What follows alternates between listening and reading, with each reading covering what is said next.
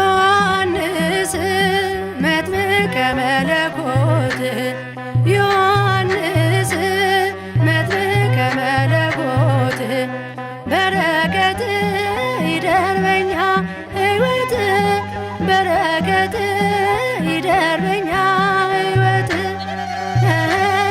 በረከት ይደር በኛ ሕይወት በረከት ይደር በኛ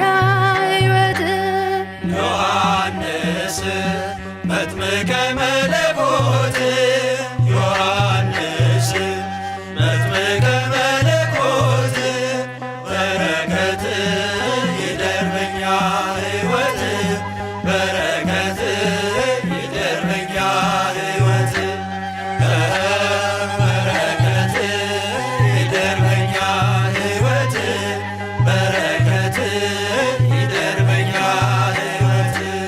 በማኅፀን ያለ ገና ለጌታ እናሰግዳልና እንዲሰግድ ጉልበታችን አስተምረን አባታችን ዮሐንስ መጥምቀ መለኮት በረከት ይደር በኛ ሕይወት በረከት ይደር በኛ ሕይወት የትሕትና መምህር የምትገስጽ የምትመክር በኑሯችን እንዳንበድል አኑር በኛ የአምላክን ቃል ዮሐንስ መጥምቀ መለኮት በረከት ይደር በኛ ሕይወት በረከት ይደር በኛ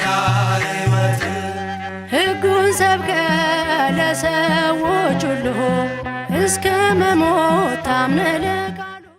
አሁን የምንገኘው በማዕከላዊ ራሆናይም ከተማ ስታስ ሴንትሩም ራሆናይም ራታውስ አልተ ራታውስ ጀርባ ነው የምንገኘው። ይህ ቤተክርስቲያን የሚገኘው በመሃል ከተማ ነው። በቀኝ በኩል በዚህ በምታዩት በኩል ከፍሉጋፈን ከፍራንክፈርት የሚመጡ አውቶቡሶች የሚያልፉበት በ100 ሜትር ርቀት ላይ ይገኛል። በዚህ በኩል ደግሞ በግራይ በኩል በምንሄድበት ሰዓት ከ500 ሜትር በኋላ የኤስፓኗ የባቡር ጣቢያ ማቆሚያ ይገኛል። ቬላም ሎይሸን ስትራሰ እስፋ ይባላል። ማዕከል ከተማ ላይ ያለው ቤተክርስቲያን የቤተክርስቲያን የካቶሊካዊት ቤተክርስቲያን የነበረ ነው ወይም ነው እስካሁን ድረስ። ቤተክርስቲያኑ እንግዲህ ለቅዱስ ዮሐንስ መጥምቅ ቤተክርስቲያን እስካሁን ድረስ እንገለገለው የነበረው አሁንም እንገለገልበት በሮሰልሳይም ፕላታነሽ ስትራሰ 63 ነበር። ወደፊት ግን ከቤተክርስቲያኖቹ ጋር ተነጋግረን ያኛው ቤተክርስቲያን ቅድም እንደተናገርኩት ሊቀር ስለሚችል ማለትም እነሱ ራሳቸው ሊገለገሉበት ስለማይችሉ እኛ ወደዚህኛው ቤተክርስቲያን እንድንገባ ብለውና ስለዚህ ይሄ ቤተክርስቲያን እንደምትመለከቱት ትልቅ ግቢ አለው። ወደ ውስጥ እየገባው አሳያችኋለሁ። በጣም ትልቅ ግቢ አለው። አጸድ አለው። ልክ እንደ ሀገራችን ቤተክርስቲያን አጸዱ ግቢ ውስጥ ልክ የታቦት ማደሪያ ነው የሚመስለው። በኢትዮጵያ ኦርቶዶክስ ቤተክርስቲያን እንደተለመደው ትልቅ ግቢ ያለው ነው። ዙሪያውን በአጠቃላይ 2000 ካሬ ሜትር በላይ ቦታ 2000 ካሬ ሜትር ቦታ አለው። እንደምትመለከቱት ከዚህ በኩል በዚህ በኩል ወደ ፍሉጋፈን ወይም ደግሞ ከቢሾፍስሃይም ተነስታ ፍሉጋፈን የምትደርስ በኬሊስተርባርግ ጋር የምትሄድ አውቶቡስ አለች። 72 ቁጥር እንዲሁም 82 ቁጥር አውቶቡሶች አሉ። እነዚህ አውቶቡሶች እንደምትመለከቱት ከዛ ከማዲያው ጋር ማቆሚያው አለው። ከዛ ቀጥታ ወደዚህ መምጣት ብቻ ነው የሚያስፈልገው ማለት ነው። ከዛ ወደ ቤተክርስቲያን መግባት ብቻ ነው የሚያስፈልገው። ይሄ የአውቶቡስ ተጠቃሚዎችን ይመለከታል ማለት ነው። እንደምትመለከቱት ሌላው የቤቶቹ የነዋሪዎቹ ርቀት ይሄ የመኪና ማቆሚያ እንጂ ነዋሪዎቹ በጣም ሩቅ ነው ያሉት፣ አይረበሹም። እዚህ አካባቢ ቦታ ፈልጎ ማቆም ነው እንጂ መኪና ማቆሚያ ችግር የለም፣ ሁሉም ነፃ ነው። በባቡር ለሚመጡ ከኤስ8 እና ኤስ9 ከቪስባደን ከፍራንክፈርት ከሮሰልሳይም ከያቅጣጫው የሚመጡት ያ የምትመለከቱት የመጨረሻው የሚታየው አጥር የኤስፓኖ መቆሚያ ነው። ከዛ በቀጥታ ወደ ቤተክርስቲያን መምጣት ብቻ ነው። እዚህ 300 ሜትር በግምት ነው እንግዲህ ቢፈጅ ነው።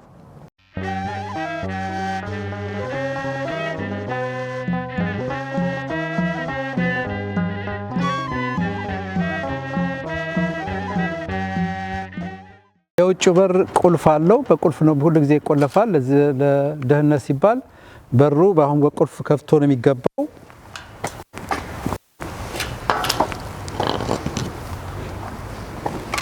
ልክ እንደገባን በቀኝ በኩል ትልቅ የጽድ ዛፍ አለ።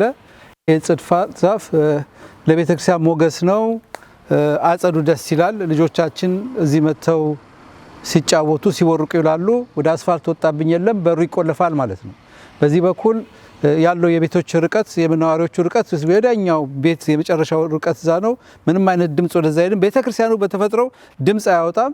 ይሄ የምትመለከቱት አደስ በአጠቃላይ እዚህ ድረስ የቤተክርስቲያኑ አካል ነው።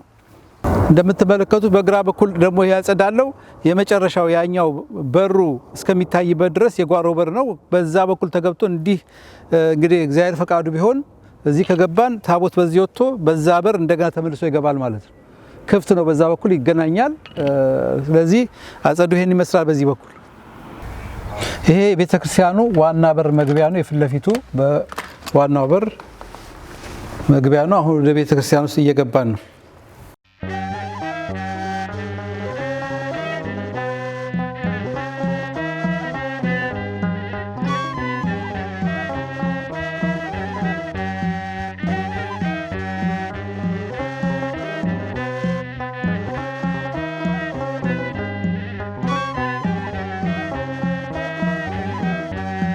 ዮሐንስ መጥምቀ መለኮት ዮሐንስ መጥምቀ መለኮት በረከት ይደር በኛ። በስመ አብ ወወልድ ወመንፈስ ቅዱስ አሐዱ አምላክ አሜን። እኛ እንነሳለን፣ እግዚአብሔር አምላካችን መድኃኒታችን ኢየሱስ ክርስቶስ ያከናውንልናል። የደብረ ምጥማቅ ቅዱስ ዮሐንስ ቤተክርስቲያን በሩስልሳይም ከተማ ከተመሰረተ ቅዳሴ ቤቱ ከተከበረ ከ7 ዓመት የሆነው ሲሆን ይህ የዚህ አካባቢ ቤተክርስቲያን ታሪክ አጀማመሩ ብፁዕ አቡነ ቄርሎስ በ2010 ዓመተ ምህረት ወደ ሩስልሳይም ለሕክምና መጥቶ በነበረበት ወቅት ሲሆን ከዛም ብፁዕ አባታችን አቡነ ሙሴ የደቡብ ምዕራብ ምስራቅ አውሮፓ ሀገረ ስብከት ሊቀ ጳጳስ መቀመጫ ሆኖ አገልግሏል። በሩስልሳይም የቅዱስ ዮሐንስ ቤተክርስቲያን ምስረታም ከነዚህ ብፁዕ አባቶች ጋር በተያያዘ መልኩ እነሱ ከዚህ ከተቀየሩ በኋላ ይሄ ቦታ ቤተክርስቲያን ቢሆን ይበጃል ብለው ብፁዕ አቡነ ዲዮናስዮስ የቅዱስ ዮሐንስ መጥምቅ ቤተክርስቲያንን ባርከው ቀድሰው በ2019 ኮሮና ሊገባ 1 ሳምንት ሲቀረው ተመስርቷል። ስለዚህ የቤተ ክርስቲያን በአገልግሎት ዕለት ዕለት እያደገ እየሰፋ እግዚአብሔር ምስጋና ይድረሰውና በአካባቢ ያሉት የካቶሊክ ቤተ ክርስቲያን ኃላፊዎች በተለይ ፋራይ አይሽ ሚሻኤል የተባለው ምንም አይነት ችግር እንዳይገጥመን እና እናንተ እዚህ ተገልገሉ፣ እኛ ግን ሌላ ቤተ ክርስቲያን እንሄዳለን ብለው ቤተ ክርስቲያናቸውን ለእኛ አስረክበው ሄደው ይኸው 7 ዓመት ያለምንም ችግር ከሰኞ እስከ እሁድ ባለው ጊዜ ውስጥ መጋረጃም ሳናነሳ ምንጣፍም ሳናነሳ እየተገለገልን እንገኛለን። አሁን ግን ያ ቤተ ክርስቲያን ስንገለገልበት የኖረው ቤተ ክርስቲያን በእድሳትና እንዲሁም ደግሞ ወደፊት ቤተ ክርስቲያኑ ለቤተ ክርስቲያንነት እንደማይገለገሉበት አሳውቀውን ራሳቸው በሰዓቱና በጊዜው ቅዱስ ዮሐንስም ረድቶን ይህንን አሁን የምናየውን ቤተ ክርስቲያን እዚሁ በሩስልሳይም አካባቢ በምትገኘው የ3 ኪሎ ሜትር ርቀት ላይ የምትገኘው በራውናይም ከተማ ሌላ ቤተ ክርስቲያን የራሳችሁ የግላችሁ አድርጋችሁ ሰዱት ብለው በጣም ወደፊት ዋጋውን ገልጻለን።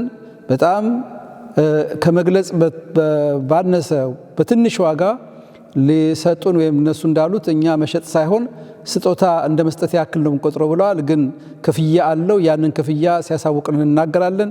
ይህንን ቤተ ክርስቲያን እንድንገዛው ፈቅደውልናል። ይሄ ቤተ ክርስቲያን እንደምታዩት አሁን በዚህ ሁላችንም እንደምንመለከተው በመቀመጫ ብቻ 300 ሰው ይይዛል። እንደዚሁ ስንለካው 500 ያላነሰ ሰው በስነ ስርዓቱ ተቀምጦም ቆሞ ማስቀደስ የሚችልበት ቤተ ክርስቲያን ነው።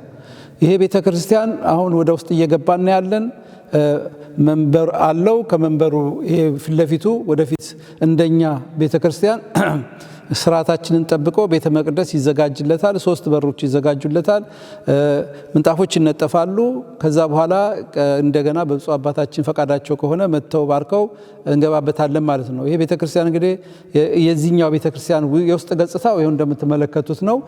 ከውጭ በኩል ትልቅ ግቢ ያለው ምድር ቤቱ ደጀ ሰላም ወይም አዳራሽ አለው።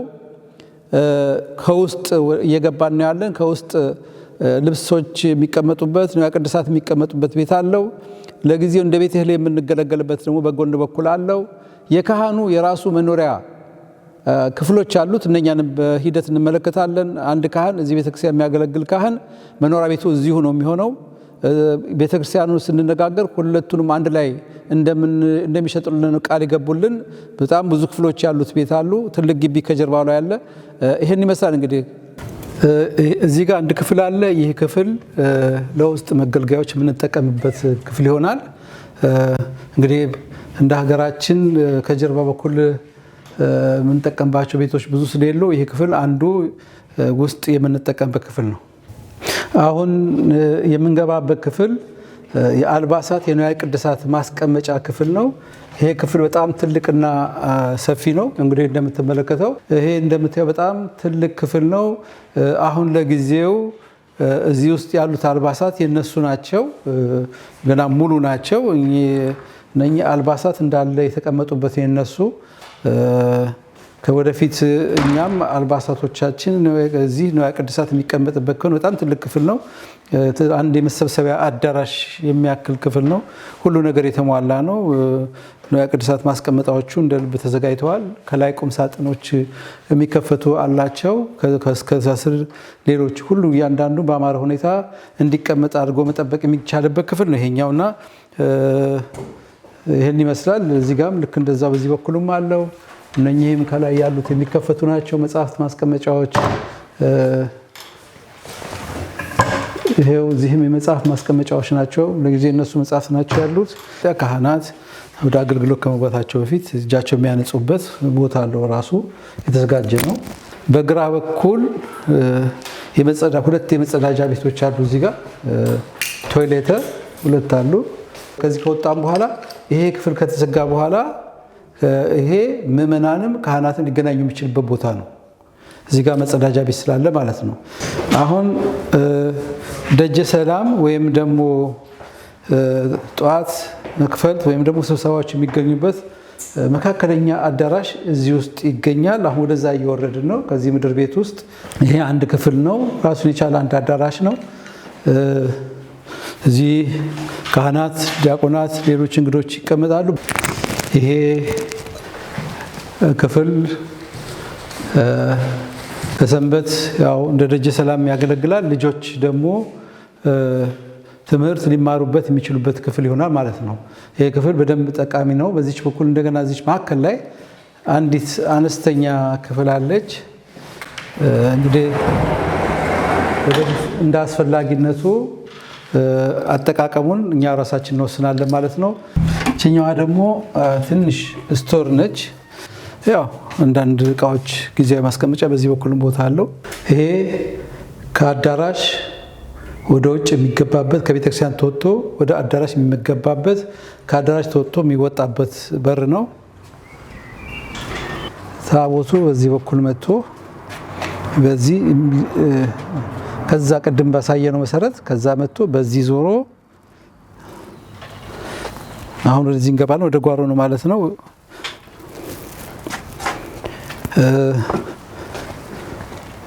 አሁን በዛው እየተደራደር ነው የተነጋገር ነው። እስከዚህኛው አጸድ ነው ይታያል። እዛ ጋር ይሄ እዚህ ቀጠሉ ድረስ ማለት ነው። አቅማችን ቢፈቅድ ዋጋው ካልበዛብን ግን ከኋላ ያለውንም መጨመር እንደምችል ተነግሮናል ማለት ነው። ከዛ ከጀርባ ላይ ያለውን ግን አሁን በዚህ ወቅት ታቦት መጥቶ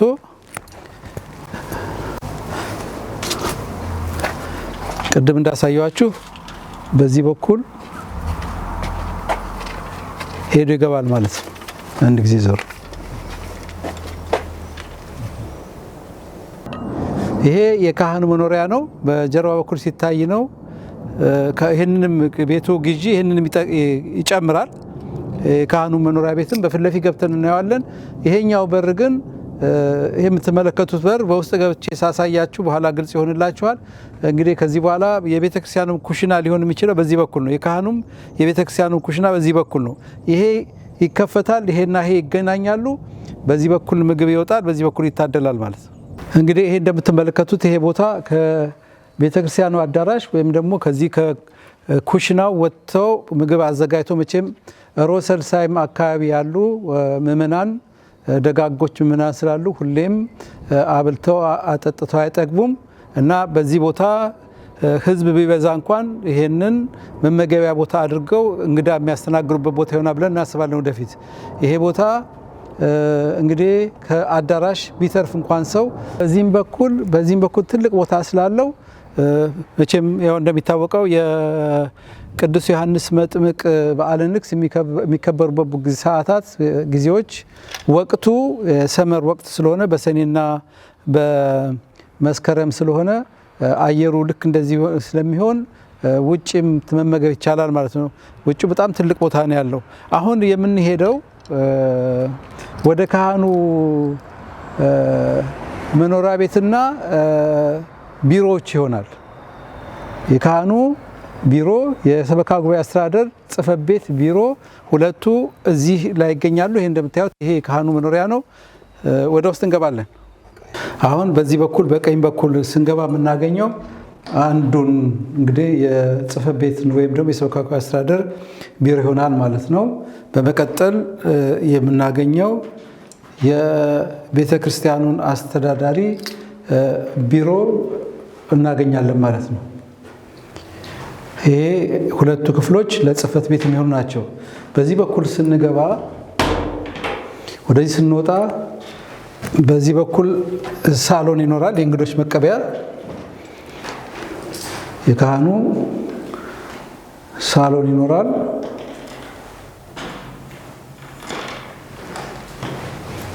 በዚህ በኩል የመኝታ ቤት ይኖራል፣ ማረፊያ ይኖራል ማለት ነው።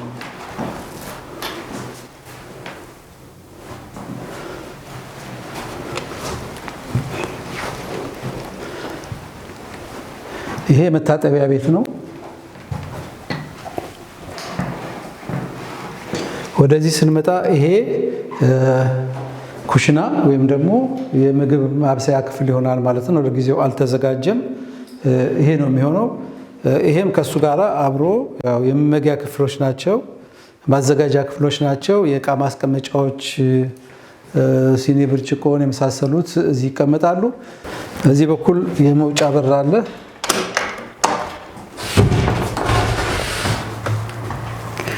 ይሄ ቅድም ወዳየንበት ምግብ ለማቀበል ይመቻል ወዳልንበት ቦታ የሚወስደው በር ነው። ወይም ደግሞ ያኛው በመስኮት ማቀበል የሚቻልበት ቦታ ነው ያለ ነው ማለት ነው።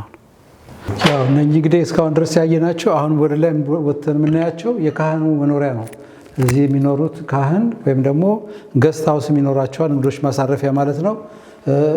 ልጆችም ቢኖራቸው ከልጆቻቸው ጋር የሚኖሩበት ማለት ነው። ወደ ላይ ወጥተን ያለን እነሱን ደግሞ ሌላ ክፍሎች አሉ። እዚህ ጋር ራሱን የቻለ አንድ መኝታ ቤት አለ። እዚህ ክፍል አንድ መኝታ ቤት አለ። እንግዲህ እዚህ ጋር አንድ ሳሎን ቤት ወይም መኝታ ቤት አለ። እዚህ ጋር አንድ ትንሽ የእቃ ክፍል ወይም ማንበቢያ ክፍል አለች። እዚህ ጋር እንደገና የሻወር ቤት አለ። መጸዳጃ ቤት እና ሻወር ቤት። ይሄ ወደ ኬለር ወይም ወደ ምድር ቤት የሚወስደው መንገድ ነው። ይሄ የአይሱን ግራውንድ ወይም ማሞቂያ ማሽን ያለበት ክፍል ነው። ይሄ እንግዲህ ኬለር ነው የሚሉት እነሱ። ይሄ ያው በቤተክርስቲያናችን ብዙ ጥቅም ላይ የሚውል ነው። መዘምራኑ ኧረ የኛ ይሰጠን እያሉ ነው። ካሁኑ ግን ያው ብዙም አይተላለፍ ነው። በጣም የጸዳ ክፍል ነው ያለው እዚህ። በጣም እንደ ኬለርም አይደለም። ማሳመር ትንሽ ማሳመር ብቻ ነው የሚፈልገው። ቁም ሳጥኖች አዘጋጅቶ እቃዎችን አስቀምጦ ከበሮ፣ ጸናጽል፣ መቋሚያ ሊቀመጥበት የሚችልበት ቤት ነው። ይሄን ይመስላል ይሄኛው ክፍል። ሌላ ክፍል እዚህ ጋር አለ።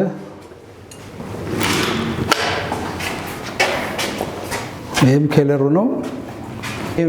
ሌላው ደግሞ አንዱ ኬለር ውስጥ ያለው አንድ ትልቅ ክፍል ነው። ግን ብዙ ጊዜ ኬደሮች ስናያቸው የቆሸሹ ናቸው። ግን ይሄ በደንብ ተስተካክሎ ተዘጋጅቶ የተቀመጠ ነው። ወደፊት በአግባቡ ከተጠቀምንበት ልዩ ልዩ ክፍሎች ማድረግ ይቻላል ማለት ነው። ይሄ ክፍል ምን እንደነበረ አልጠየቅኳቸውም። በደንብ አእምሮ የተሰራ ነው። ቧንቧ አለ፣ እዚሁ ጋር ጠረጴዛ አለ። ምናልባት እኔ ስገምት ልብስ ተኮሽ ክፍል ሊሆን ይችላል። ግን በእኛ ቤተክርስቲያን ወደፊት የጸበል ቦታ እናደርገው እንችላለን። ቤተሰብ ግን ብዙ መናገር አይቻልም። ስለዚህ አሁን ግን አእምሮ የተሰራ ኬደር ውስጥ አንድ ክፍል ቤት አግኝተናል ማለት ነው። እዚህ ጋር አንድ ሌላ ክፍል አለ። ይሄ የካህኑ የመኪና መቆሚያ ነው። ቤት አለው። እንደገና ሁለተኛ መኪና ማቆሚያ፣ ሁለት መኪና ያስቆማል ማለት ነው። ያው እንደነገርኳችሁ ቅድም በዙሪያ ያሉት የማቆሚያ ቦታዎች ባዶ ከሆኑ ነፃ ናቸው፣ ክፍያ የሌለባቸው ማቆሚያዎች ናቸው ማለት ነው። እንግዲህ እግዚአብሔር ቢፈቅድ፣ እግዚአብሔር ቢያከናውንልን፣ እግዚአብሔር መንገዱን ቢያቀናልን እዚህ አካባቢ የተጀመረው ቤተክርስቲያን መስመር ይዞ እንደሚያደርግ ተስፋ እናደርጋለን። እዚህ አካባቢ በተለይ በሩሶርሳይም እና አካባቢ ያሉ ምእመናን በጣም ደጋጎች፣ ሁል ጊዜ እንደምንነጋገረው ሲጠሩ አቤት ሲላኩ ወዴት የሚሉ ናቸው።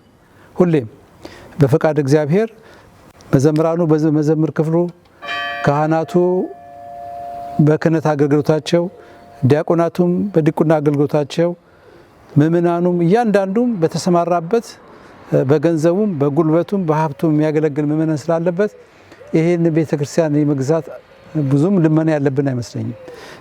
ሁሉም ነቅተው እየጠበቁ ነው። መቼ ነው እየተባለ የተጠየቀ ስለሆነ ይህንን እዚህ አካባቢ ባሉ ምእመናን እንግዲህ ሌሎችም ደግሞ በርቀትም እስካሁን ድረስ ቤተክርስቲያኑን የሚራዱ አሉ። ከአሜሪካ፣ ከአውሮፓ፣ ከዚህ ከጀርመን አጥቢያ ቤተክርስቲያናት በአጠቃላይ እየተራዱት ነው ያሉት ቤተክርስቲያኑን እስካሁን ድረስ እዚህ ደረጃ ብንያው ቅዱሳት የተሟሉ አሉት።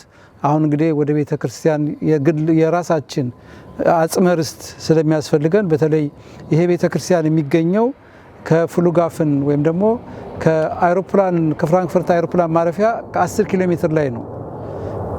ከዛ በባህሩ መጥቶ እንደወረዱ ይህን ቤተክርስቲያን ያገኛሉ ማለት ነው። ይህንን ርስት ለኢትዮጵያ ኦርቶዶክስ ተዋሕዶ ቤተክርስቲያን ምናልባት ብዙ ጊዜ የምናስበው ይሄ ርስት ለሩሰልሳይሞች፣ ለራማይሞች ወይም ለኬልስተርባና እዚያ አካባቢ ላሉት ብቻ እንዳይመስለን። ይሄ ርስት የኢትዮጵያ ኦርቶዶክስ ተዋሕዶ ቤተክርስቲያን ርስት ነው። ይህን ርስት ለሀገራችን ለልጆቻችን ልናቆይ ያስፈልገናል። ይህን ርስት የምናቆይላቸው ከሆነ እነሱ ደግሞ ተተክተውበት የበለጠ አሳድገውት እኛ በአማርኛ በምንችለው አቅማችን እየተንገታገትን እዚህ ከደረስን ልጆቻችን ደግሞ የበለጠ ሊያሳድጉት ስለሚችሉ ይህንን ርስት ልናስቀምጥላቸው ያስፈልጋል። የሚዘረጋ መጋረጃ፣ የሚፈርስ መጋረጃ ዘመን ማለፍ መቻል አለበት። ዛሬ ቤተ መቅደስ ተሰርቶ ይህን የምናየውን ቤተ መቅደስ ሰርተን ልጆቻችን እችን ትመስላለች የኦርቶዶክስ ተዋሕዶ ቤተክርስቲያን። ያ የሚዘረጋውና የሚነሳው መጋረጃ፣ የሚነጠፈው ምንጣፍና የሚነሳው ምንጣፍ እንዲህ አይደለም። በሀገራችን ልጆች ሆይ ይሄ ቤተክርስቲያን ሁሌ እናንተ ነውና ይሄን ቤተ መቅደስ ስሩ ብለን ልነግራቸው ያስፈልጋል። ስለዚህ ይህን ቅድም በመጀመሪያው እንደተናገርነው እኛ ልጆቹ እንነሳለን፣ እግዚአብሔር ያከናውናል ያለ ነው። እግዚአብሔር ቤትን ካሰራ ሰራተኛ በከንቱ ይለፋል። እግዚአብሔር ከተማን ካልጠበቀ ጠባቂ በከንቱ ይጠብቃል እንዳለ እኛም ደግሞ እንነሳለን፣ እግዚአብሔር አምላካችን ያከናውልናል። የቅዱሳን ሀገር ሰዎች ነንና የቅዱሳን ጸሎት ይረዳናል። እመቤታችን ቅድስት ድንግል ማርያም ዘወትር ታምሯን የምናደርሷን ውዳሴዋን የምናደርሰው እርሷ መንገዳችን ታቅናለች። ቅዱስ ዮሐንስ መጥምቅ ለንስሐ የተዘጋጁት ሰዎች ንስሐቸውን ተቀብለው እንዲጠመቁ የሚያደርግ የንስሐ ጸሎት ጥሪ የሚደውለው በዚህ ቦታ የበለጠ ይከብራል።